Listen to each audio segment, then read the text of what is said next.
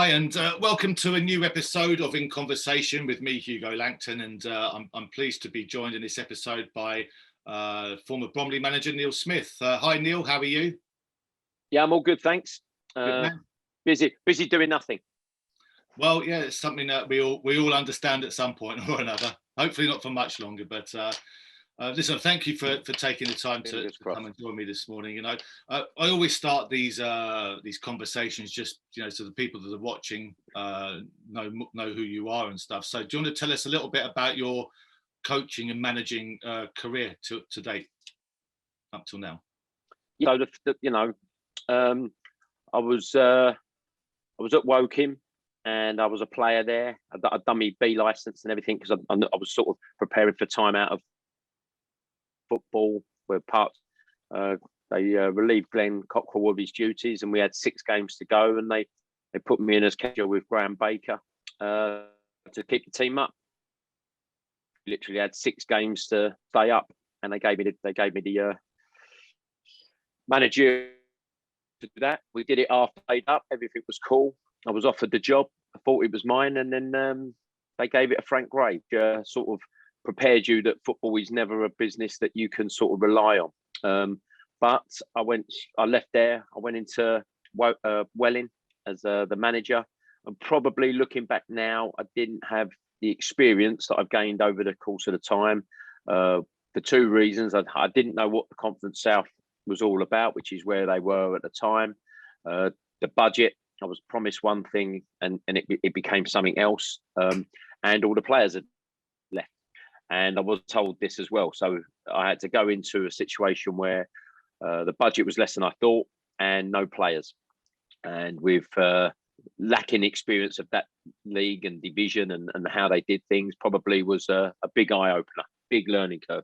Me and Stuart Nethercott. So by the time it got to about October, November, I sort of realised that it probably was the wrong for me at that time. I then left there and... actually, I went to Bromley. I went into Bromley with Bobby Bowery and Simon Osborne on a semi sort of coaching role and playing role, and loved every minute, less of doing everything. And then Grays came in. Grays Athletic with Mickey Woodward, and asked me to go in there back into the conference as first team coach. And we just missed out on the playoffs after them being below mid-table. We had a really good run with the Danny Kedwells and Jamie Taylors of the world, really coming to the fore.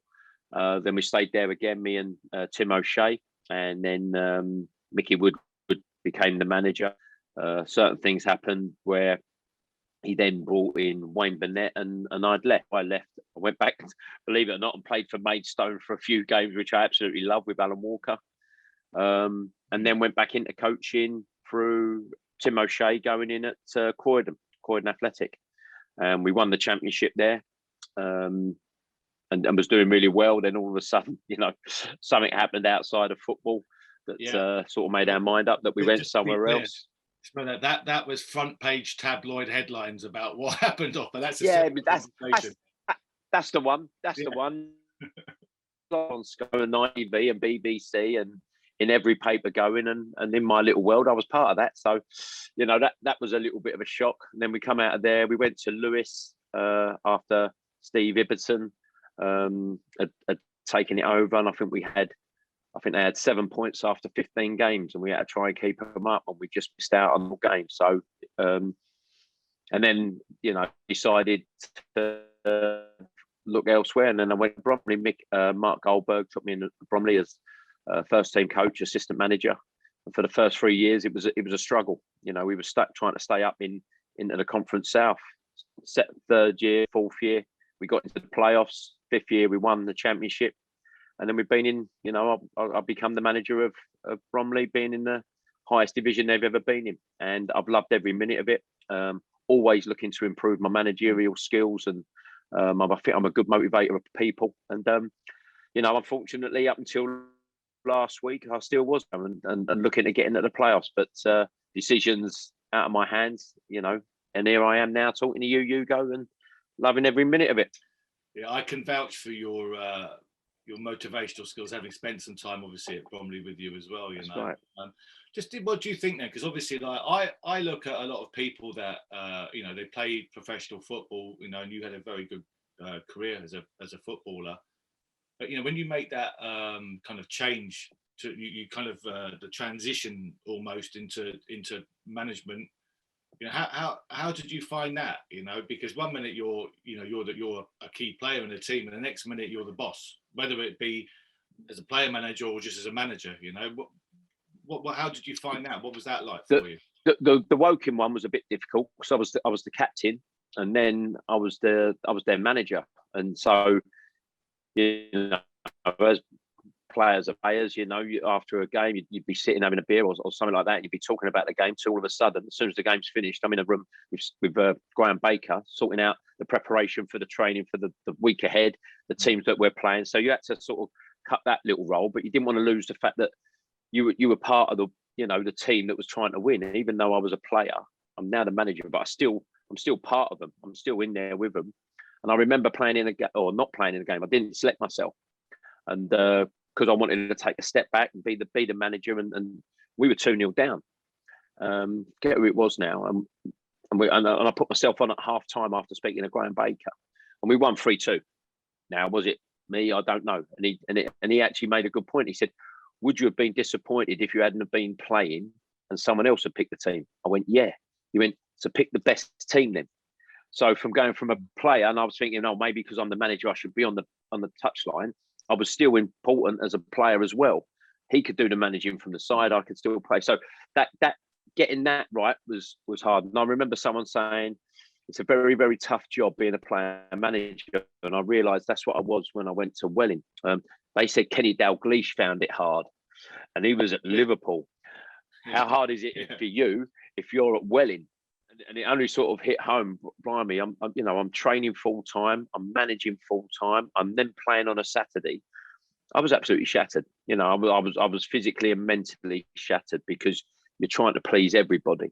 So that was really, really difficult. But I think I always knew that I wanted to be a manager or a coach, and I do. And I think I've been good at it. But it has taken. It's not something you go as a player. You go, oh, I'll do this. I'd do that. I'll do this. And it's only when you're in the managerial seat and there's circumstances that you don't realise as a player that are happening that you go, wow, it's tougher than you think. You're never switching off. You're always working. Why do you think, you see a lot of people in that situation that they finish playing, go straight, they get a league job as a first team manager, and it fails, and then that's the end of them. You don't hear from them again. Why do you think that is? Well, I just think because they don't realise that player training or you finish, you switch off. That's it. I think about the game, but I switch off. As a manager, literally, as the game finishes, you're preparing for the next game. So that's how the injuries, who's fit, who's up, suspensions, how the team play that you're playing. How did your team play in the last game? So you're analysing the last game that you played, even though you're preparing for the next game. And there might be tweaks, and then there might be things that are thrown at you. And it's never, on Sundays, it's literally Sunday morning, I'm watching the game that we've just played.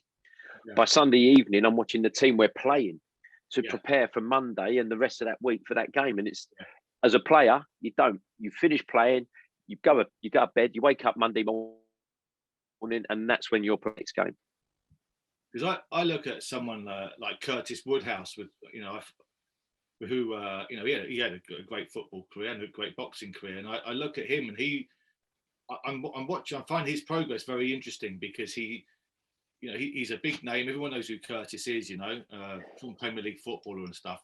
But he started right at the bottom, and he's kind of gradually doing that, So it almost says to me, well, this guy is, great in the sense that he understands that he has to kind of learn how to be a manager, and to do that, well, what's the best place to do it? Where can I go and make mistakes? And he started there, and he's gradually working his way up. And you wouldn't put it past him, for example, of going even higher again. So I just wonder if yeah, go on. Yeah, no. I think you can only learn from experience, and whatever level, get in and do it. But my thing is, league clubs don't take you because you're not a league name or you haven't been in the league for ages. And do you know the level? No, but I know how to run a club. You don't do that as a manager at most clubs that are in the league. You're not dealing, the staff doing the negotiation, doing the transfer negotiations. As a manager in the league clubs, they'll probably have a director of football doing all that. I've done all that. I've had to organise academies, train, coach academy players, looking at our youth section, looking at a junior section. You go to a big club, you're not doing that. I'd love to be able to just go in, players, finish. You're always preparing something else. The diet, the preparation of that week. Speaking to your strength and conditioning coach, and then you go in the office because you're speaking about the travel arrangements for that game that's coming up, the hotel, the food that we're going to be eating. It's a lot different from in the league. And I think Curtis Woodhouse, and I played against him. I played against him, so I know he's a tough player. In fact, I was tough until you sort of play against someone like that, and they went, "Don't mess with him." Yeah, all right. No, he's a handful. And then I watched him boxing, and I was like, I'm glad I didn't. But he's doing it the right way. He'll learn. He'll have invaluable lessons learned of how to run a club, not just a team. When he goes into the league, it will be easy for him because it will be less stuff to worry about because there's always someone else who can do that. Yeah, I agree. So anyway, listen, let's talk about. You've chosen a game that you want to speak about, which was it was your FA Trophy semi-final against Gateshead a few years ago. I actually watched the first game. It was the two of them. Yeah. So look, just give us a little bit of background. So just so that people understand as well, the FA Trophy semi-final was played over two legs. So it was home and away. You were at home first, weren't you? Because I came and watched that game.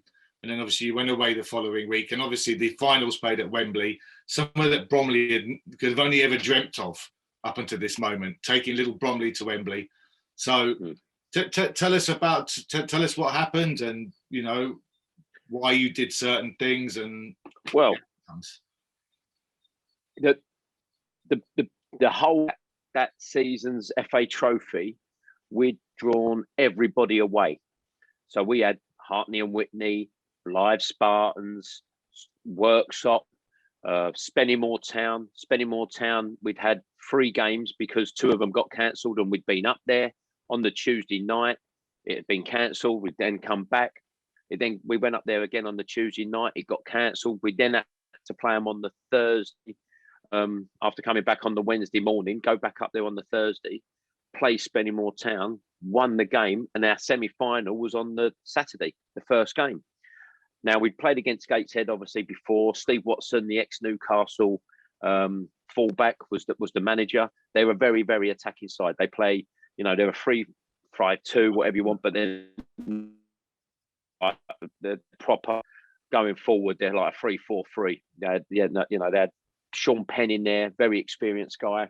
They had a lad on the left, Barrow. So in a quick turnaround, so Thursday night we win, Friday night preparation for Saturday's game. So we knew they played them. We knew they played 3 at the back, Firefield, Kerr, who were still playing at the moment. So it was right. We're going to play with, I've got to stop Barrow. We're at home, want to win. I want to be going to Gateshead the next Saturday with a goal ahead or 2 goals ahead, but winning basically. So it was one of them where I had to stop Barrow, and with the players I had, I put Jordan Higgs in. I had Luke Wanadio, who's a winger. I had Mech, who's a winger, but I needed to stop this Barrow. So Jordan Higgs was going to be my right-sided winger, and Jordan Higgs had come through my academy, my youth set, and I'd give him his first pro contract. But I knew him as a player, very disciplined. So I put him on there. Mecky can go out on the left. I had Louis Dennis as my number 10. He's a maverick. He was, a game changer. Brandon Hanlon up front. He could cause bother with everyone. Now playing for others after being with Gillingham. I had my 2 starlets in midfield of Frankie Raymond and Frankie Sutherland. Both very disciplined players. One right foot, one left foot. Great deliveries from set plays. But they would do just sit in front of my back 4 of Luke Wolfenden, who we had on loan from Ipswich, young kid still developing, good size, but had to make the reins on him. I had Jack Holland, Mr. Bromley, captain, and Roger Johnson with all his experience, and Tyrone Sterling at left back. But we had to contain them, because they were a very, very attack-minded team. And we just played on the Thursday, no real preparation. It was, let's just put the first half.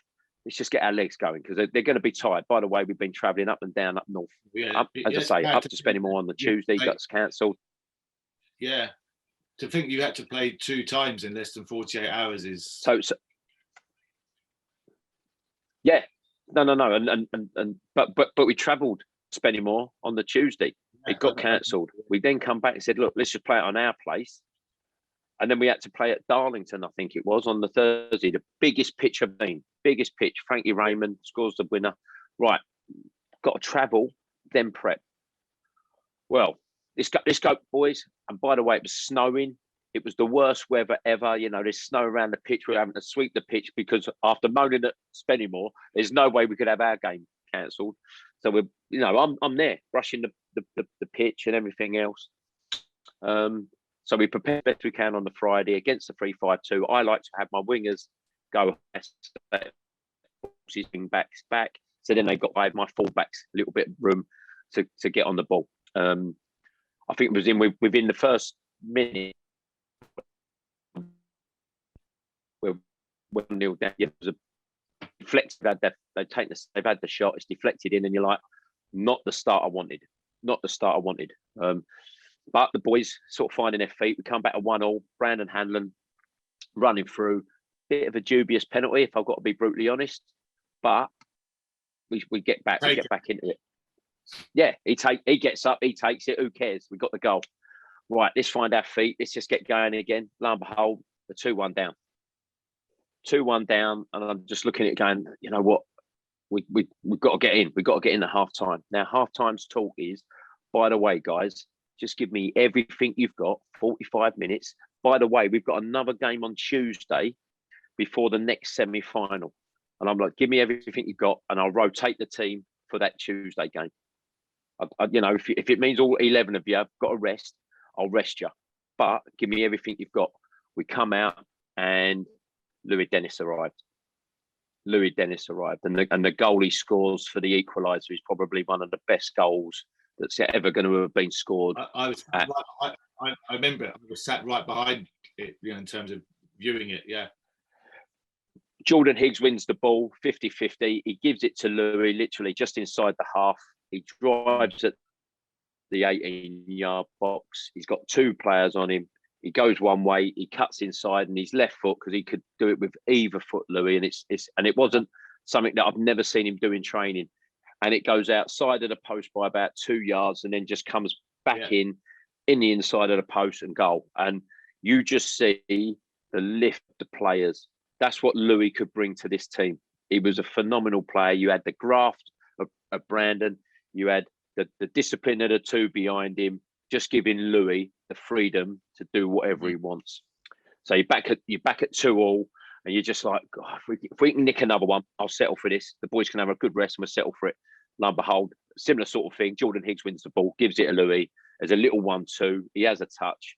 I think we have about 9 minutes to go, and just levers it, volley, goal. And you're like, brilliant. It's go up to Gateshead with a goal advantage, and I'll be happy. Final whistle goes, and as I say, the weather's not the best. We come in after the game. It was like, right, boys, we start prepping for the semi-final now. I've got one chance of getting us to Wembley. We've got one game, but we have got, I think it was Solihull away on the Tuesday. So I rested a few players, got in Monday, went through the game for Saturday just to go through a little bit of stuff. And then I had to prepare a different team on Monday for Tuesday night because I needed players rested. Because this is an opportunity for Bromley to get to Wembley, the new Wembley, Got the game out of the way. We didn't win. Players, come back, and then the whole of we come in Wednesday, Thursday, Friday to prepare for one of the biggest games in Bromley's history. And it was all about, we've got to stop Barrow. We've got to stop Barrow. They're going to think we're going to sit back. I can't sit back. I can't sit back with the players I've got in my team. I can't sit back. And if you sit back, you give a goal away, then you've got to try and change your mindset of going to get a goal. So you know what? We're going to go. We're going to go for them. We're going to go for them early on. The whole preparation was obviously Louis. Well, what if they stop Louis? I've got to get Mecky into the game. I've got to get Mecky more into the game. I've got to get Brandon Hannon in the game. We knew they played the three at the back with Kerr and Fifield, who are still playing now. I think pace will hurt them. We've got to get that pace. I've got to get Brandon in the game early on, turn them a couple of times so they're on the back foot. My wingers have got to go higher up than they normally do because I want to keep their wing backs back because that's where they look to attack from, and Penn having to do a job on Louis. So it was all about attacking football. The back four and the two, you just sit there, let the horseshoe, I call them, the four up front, go and win me the game. Jordan Higgs, blah blah blah. So we've worked on them.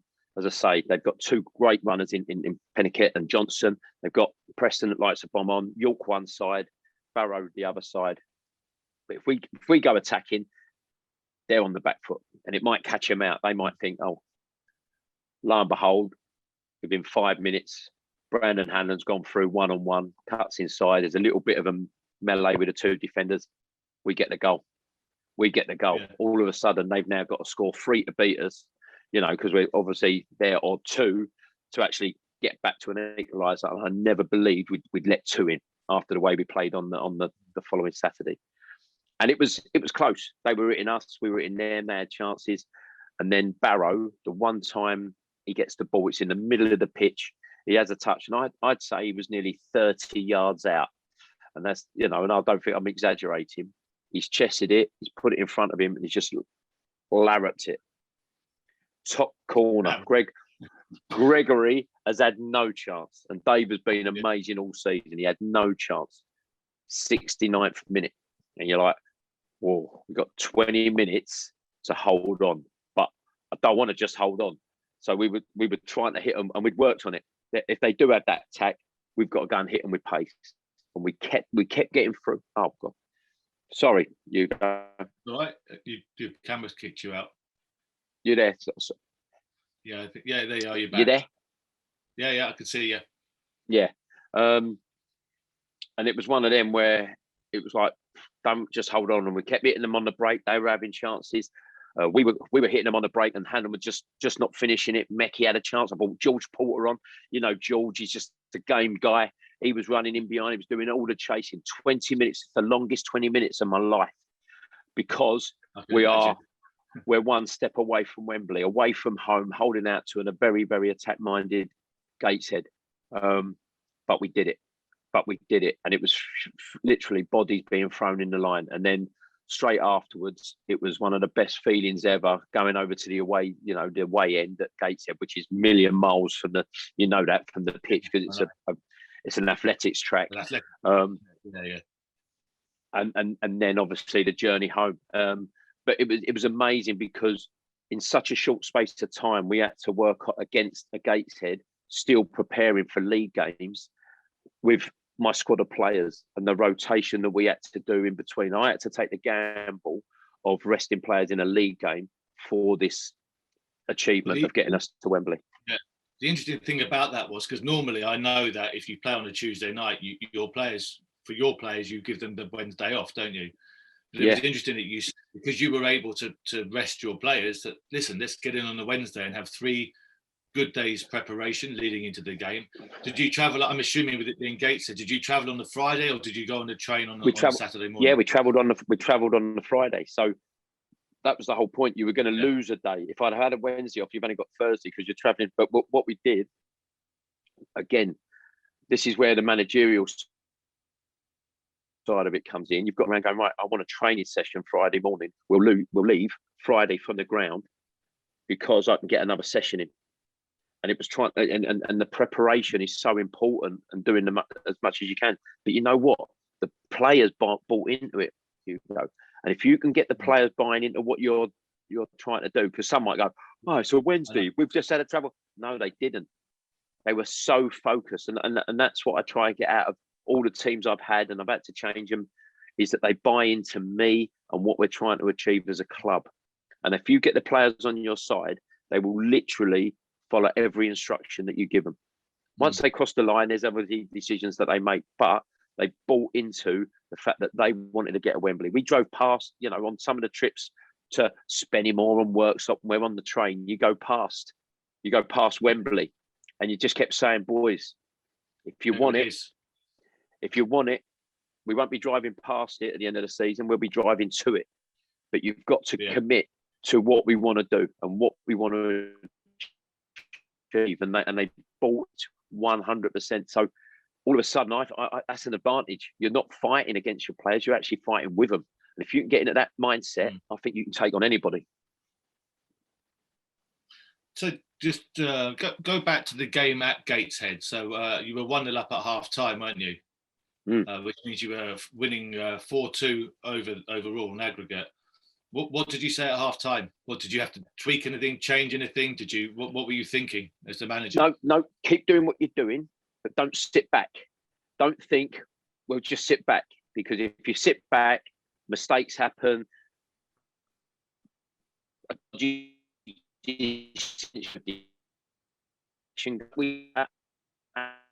I've lost you there a little bit. Let's bit. go at them. Let's go and attack them. Let's put them on the back foot. So I still wanted my wingers to go high. I still wanted to turn and be in the game. As I say, they've had to score an absolute screamer from nowhere to get the equaliser on the day, but make it 4-3. But we still had that attack-minded sense of, you're better off defending by being attacking.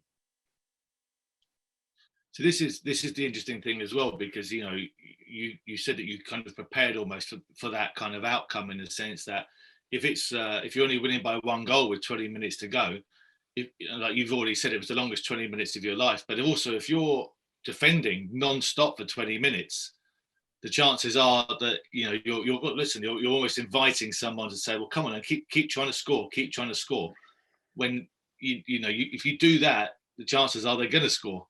So to be able to think and to plan sensibly that, hey, listen, this could be the scenario.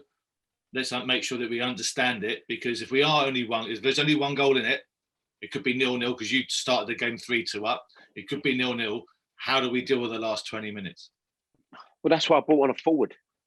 I didn't bring on another defender. I brought on a forward because if you've got George Porter running in behind, that takes them further back. So they're having to start their attacks from their own 18-yard box, rather than if I bring another defender on, all of a sudden we're defending from the halfway line, for their attacking. So it was always conscious, and you do things at the time, and it was just I think if you prepare to defend, it's then hard to go and score a goal. Yeah. If you go and we're going to go and get a goal, we're going to get a goal. Most defenders know how to defend. Most midfield players know the situation they've got to be in, and that's an easier one. But if you get that goal, all of a sudden, you haven't got to go and find it. Whereas if they equalise, their mindset is, let's go and get the winner. Your one was defend. I've now got to change the mindset of players. Might be with 10 minutes to go, we'll go and find another goal, and I think it's more difficult. So I think this is quite an important point, because the last season for me, just before lockdown, like the last game that we played, we had a game on a Wednesday night, and we trained on the Monday night. And it's funny because I had an intuition of what was going to happen, in the sense that it was going to be a tight game, and I had a feeling we'd be winning by 1 goal.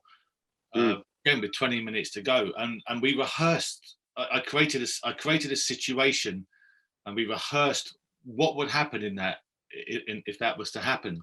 And the funny thing is, it happened.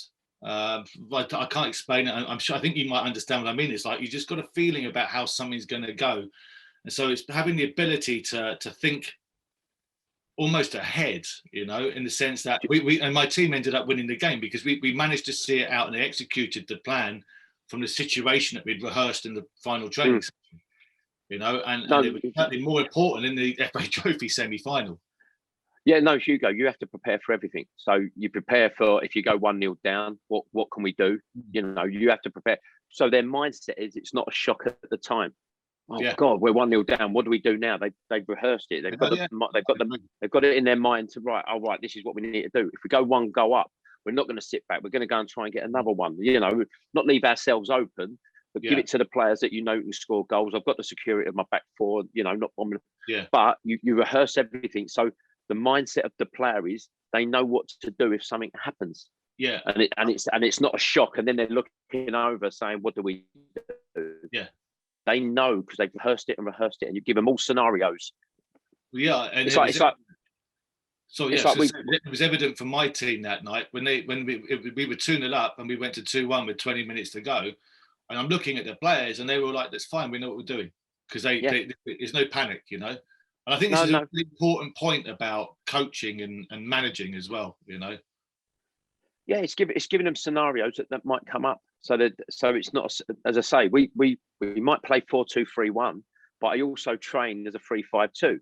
I also train as a 4-3-3, because if you just go at half time, I'm changing the formation, they might never have played that formation and they don't know what they're doing. They might have an idea, but they don't know what Johnny's meant to be doing on the right or Billy's meant to be doing on the left.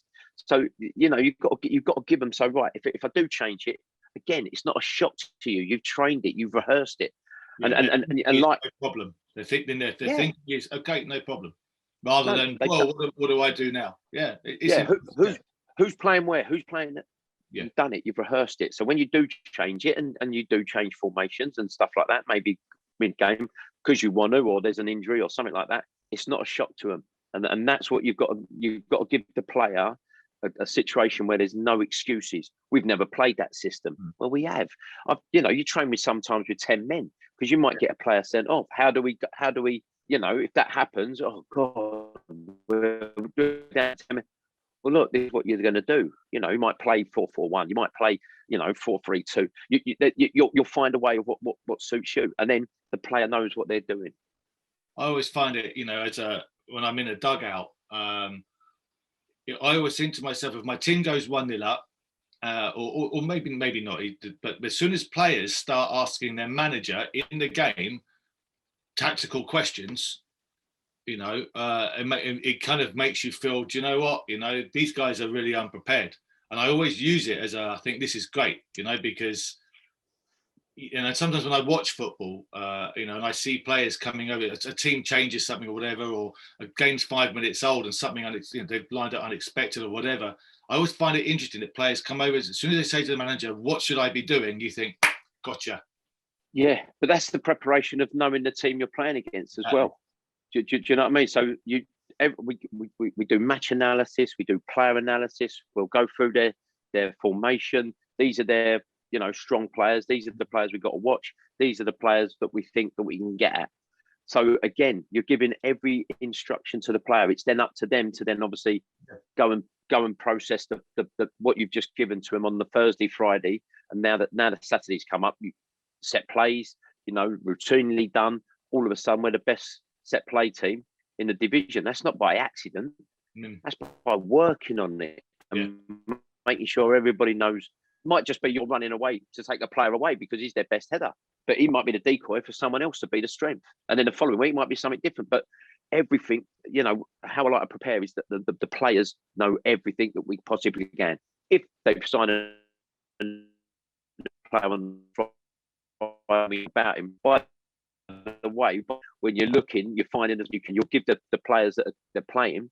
Oh, we found out about this. This is what his strengths are. This is what we think he is. Even on the day, Hugo, it's very thorough football now. It's not rock up. I agree. You want to play to your strengths. You want to play to your strengths, and you always want to play to what you believe in. But sometimes you might have to negate something which just affects it a little bit. Yeah, you just treat. You have a way of playing, a playing style.